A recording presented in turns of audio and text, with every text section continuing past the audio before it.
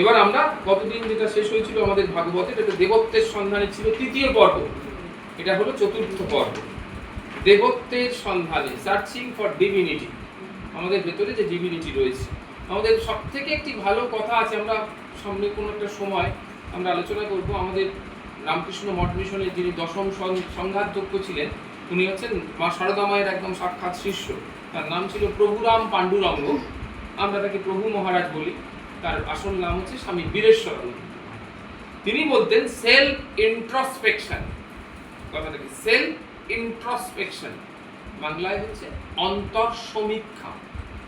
অন্তরটাকে দেখতে হবে, একেবারে জাজ করতে গেলে অন্তরটাকে দেখতে হবে, ভিতরটা।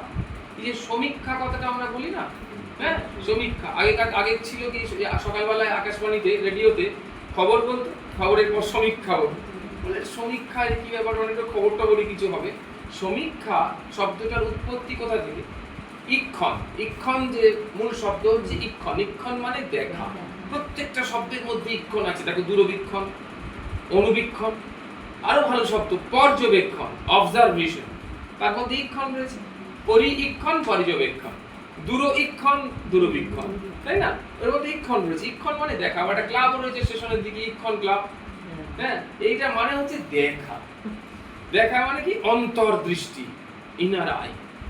একটা চোখ দিয়ে তো তোমাকে দেখতে পাচ্ছি, কিন্তু তুমি এখন কি ভাবছো? শ্রীরামকৃষ্ণ দেখতে পাচ্ছি। আমি তোমাকে এরকম দেখতে পাচ্ছি, তুমি একটা ভক্ত।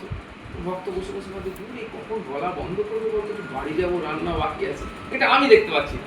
আমি দেখছি তুমি ভাবে বিহ্বল হয়ে ভাগবত কথা শুনছো। শ্রীরামকৃষ্ণ কি বলছে? আমি দেখতে পাচ্ছি ভেতরটা কাঁচের মতো। তাহলে তার আমার দেখাটা কি? দেখা। তার দেখাটা হলো ইক্ষণ, তাই না?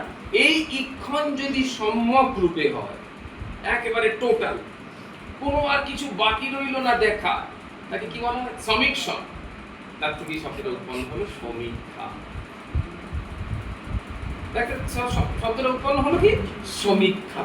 এটাকে কখনো কখনো ইংরেজিতে আবার বলা হয় বিশ্লেষণের ইংরেজি অ্যানালিসিস। তাহলে আত্মসমীক্ষা ইংরেজিতে বললো সেলফ অ্যানালিসিস। কিন্তু তার থেকেও বড় শব্দটা হলো সেলফ ইন্ট্রোস্পেকশন, মানে অন্তর সমীক্ষা, ভেতরটাকে পরিষ্কার করে দেখা, সম্যক রূপে দেখা। এই যে জিনিসটাকে আমরা যখন দেখছি, তখন ভালো করে দেখছি যে ভেতরটা কি। তাহলে সেইটা দেখে আমরা কি পেলাম? ভেতরটা কি আছে আমাদের ভেতর, প্রত্যেকের ভেতরটা কি আছে? ডিভিনিটি। দেবত্ব ছাড়া আর কিছু নেই। কিন্তু সেই দেবত্বটাকে আমরা আস্তে পৃষ্ঠে বেঁধে দেখেছি যে ভাড়া বাড়ি থেকে যখন বাড়ি থেকে ভাড়া বাড়ি যাই, আর ভাড়া বাড়ি থেকে যখন বাড়িতে আসি, কি সমস্যা হয় বলতো? সব থেকে সমস্যা খুঁজে পাই না, দরকারি জিনিসগুলো খুঁজে পাই না, কার সাথে কারটা ঢুকিয়েছি খুঁজে পাই না। সেরকম আমাদের অরিজিনাল যে দেবত্ব, পোটেনশিয়াল ডিভিনিটি, এটা আমাদের এত কাছের জিনিস, কিন্তু মায়া দিয়ে আস্তে পৃষ্ঠে কার সাথে কোন গদির তলায় কার মধ্যে ঢুকিয়েছি, দেবত্ব খুঁজে পাচ্ছি না। তাহলে সেটাকে সন্ধান করতে হবে তো, হ্যাঁ? সেই জন্য বলো দেবত্বের সন্ধান। এটা চতুর্থ পর্ব, ফোর্থ সিরিজে যাচ্ছে। ভগবান উদ্ধবকে বলছেন, একদম দেখো প্রথম পৃষ্ঠাটা পুরো উদ্ধবের সঙ্গে কথোপকথন, interaction between lord Krishna and Uddhav. কি বলছে উদ্ধবকে? ভক্তি প্রাপ্তির শ্রেষ্ঠ উপায় কি?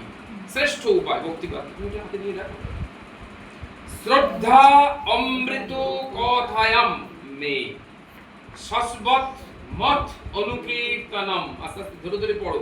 পরিনিষ্ঠা চ পূজায়াম স্তুতিভি স্তবনম মম। একদম চারটে কাজ করতে বললেন ভগবান। কি কি চারটে কাজ? দেখো, প্রথম শ্রদ্ধা অমৃত কথায়াম মে। মে মানে আমার, অমৃত কথায় শ্রদ্ধা, এটা প্রথম কাজ। এই উদ্ধব কি করতে হবে? আমরা হেডলাইন কি দিয়েছি? ভক্তি প্রাপ্তির শ্রেষ্ঠ উপায়, how we get the proper devotion. কি করে আমরা আসল ভক্তিটা পাবো, বুঝতে পারছো? সেখানে কি বললো? প্রথম কাজ, প্রথম করতে হবে কি? অমৃত কথাতে, ভগবানের অমৃত কথাতে শ্রদ্ধা আনতে হলো, respect in the divine message of lord Shrikrishna আনতে হবে। দ্বিতীয় কি? শাশ্বত